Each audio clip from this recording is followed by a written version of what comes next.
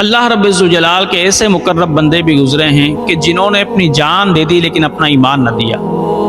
اللہ رب الجلال نے حضرت موسیٰ کو وحی کی کہ اے موسیٰ جاؤ فرعون کو دعوت حق دو، میری توحید کی طرف بلاؤ۔ حضرت موسیٰ فرعون کے دربار میں گئے، ان کو دعوت حق دی تو فرعون نے انکار کر دیا اور کہنے لگا کہ اے موسیٰ اگر تم حق پر ہو تو میرے جادوگروں کا مقابلہ کرو۔ حضرت موسیٰ علیہ السلام نے حامی بھر لی۔ فرعون نے وقت اور تاریخ دے دی۔ اب سارے مصر کے اندر مشہور ہو گیا کہ فلاں تاریخ کو فلاں وقت میں ایک بڑے میدان میں مقابلہ ہوگا موسیٰ کا اور جادوگروں کا۔ اب دیکھتے ہیں کون جیتتا ہے، جو جیتے گا وہ حق پر ہوگا۔ فرعون نے بڑے بڑے جادوگروں کو سب کو بلایا اور کہنے لگا کہ اب نمک حلال کرنے کا وقت آ گیا ہے۔ اتنے سال جو میں نے تم لوگوں کو کھلایا پلایا ہے، اب وقت آ گیا ہے کہ تم مجھے خوش کر دو اور موسیٰ کو شکست دے دو۔ فرعون سے جادوگر کہنے لگے کہ اے فرعون تو فکر ہی نہ کر، ہم ایک ہی کرتب میں ایک ہی شعبے میں موسیٰ کو شکست دے دیں گے۔ فرعون خوش فہمی کے اندر مبتلا ہو گیا۔ اب تاریخ بھی آ گئی، وہ وقت بھی آ گیا، تمام لوگ میدان میں جمع ہو گئے۔ فرعون کی کرسی اور ان کے وزراء کی کرسیاں بھی رکھ دی گئیں، وہ بھی تمام کے تمام میدان میں پہنچ گئے، بیٹھ گئے۔ حضرت موسیٰ علیہ السلام بھی آ گئے، وہ تمام کے تمام جادوگر بھی آ گئے۔ اب جادوگر کہنے لگے کہ اے موسیٰ پہلے اپنا کرتب آپ دکھاؤ گے یا ہم دکھائیں؟ حضرت موسیٰ نے فرمایا پہلے تم اپنا کرتب اپنا شعبہ دکھاؤ، اس کے بعد میں اپنا حق دکھلاؤں گا۔ جادوگروں نے اپنی رسیاں، اپنی لاٹھیاں، اپنے بانس پھینکے تو وہ سب کے سب کوئی سانپ بن گیا، کوئی اژدہا بن گیا، کوئی ناگ بن گیا اور میدان کے اندر دوڑنے لگے۔ جب لوگوں نے دیکھا کہ رسیاں اور بانس یہ سانپ اور اژدہے بن گئے تو تمام کے تمام لوگ ڈر گئے اور ان کے دلوں کے اندر جادوگروں کا رعب بیٹھ گیا۔ حضرت موسیٰ علیہ السلام نے جب یہ دیکھا، اللہ رب الجلال نے وحی کی کہ اے موسیٰ اب حق کو ظاہر کرنے کا وقت آ گیا ہے، اب تم بھی اپنا عصا ڈالو۔ حضرت موسیٰ نے جیسے ہی اپنا عصا ڈالا وہ بہت بڑا اژدہا بن گیا اور آنن فانن جادوگروں کی جتنے بھی رسیاں تھیں، جتنے بھی بانس تھے، جتنی بھی ڈنڈیاں تھیں، وہ تمام کے تمام حضرت موسیٰ کے عصا نے نگل لیں۔ جب جادوگروں نے یہ دیکھا کہ وہ تمام کی تمام ہماری رسیاں، بانس، لاٹھیاں حضرت موسیٰ کے عصا نے نگل لی ہیں اور وہ بہت بڑا اژدہا بن چکا ہے، پھر وہ اژدہا فرعونیوں کی طرف بڑھنے لگا۔ لوگوں میں بھگدڑ مچ گئی، کئی لوگ کچلے گئے، مارے گئے۔ حضرت موسیٰ علیہ السلام نے جب یہ دیکھا تو اس اژدہے کو گردن سے پکڑا تو وہ فوراً اژدہا عصا کے اندر تبدیل ہو گیا۔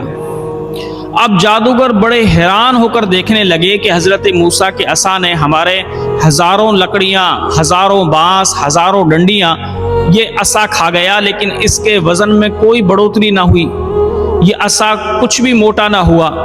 تو وہ سمجھ گئے کہ یہ جادو نہیں ہے، اگر جادو ہوتا تو یہ عصا بھی بہت موٹا ہو چکا ہوتا، بہت بڑا ہو چکا ہوتا، لیکن اس عصا کے اندر تو کوئی بھی کمی بیشی نہیں ہوئی ہے، جس وقت جیسا پہلے عصا ہاتھ میں تھا اب بھی ایسا ہی ہے۔ فرعون اور اس کے حواری اور جادوگر سمجھ گئے کہ حق یہی ہے، تو جادوگروں نے جب دیکھا کہ حق یہی ہے، وہ تمام کے تمام جادوگر سجدے میں گر گئے اور سجدے میں گر کر بلند آواز کہنے لگے کہ اے موسیٰ ہم تجھ پر اور تیرے رب پر ایمان لاتے ہیں۔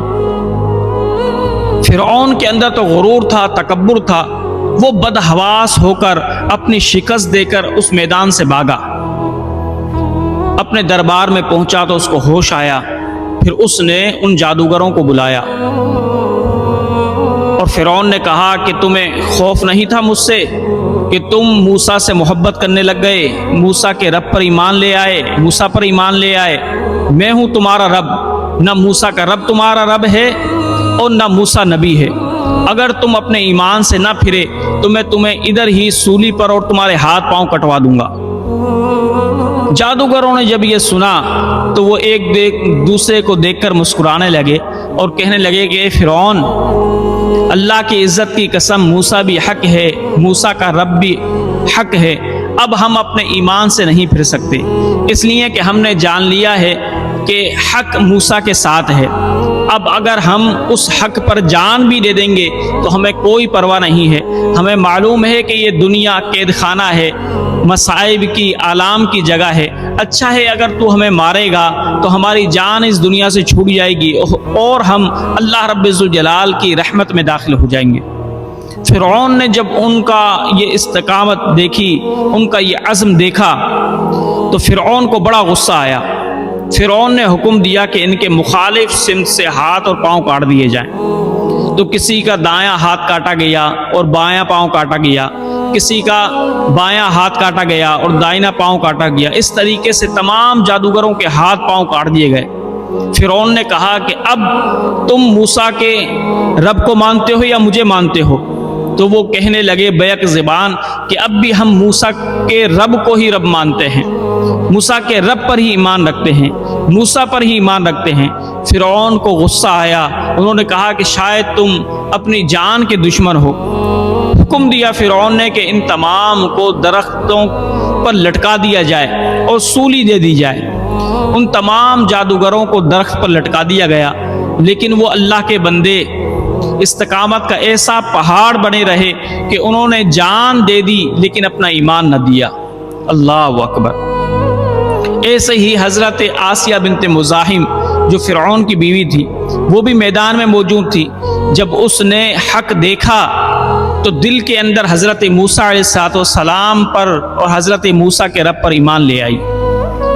فرعون کو پتہ لگ گیا کہ میری بیوی بھی حضرت موسیٰ پر ایمان لے آئی ہے۔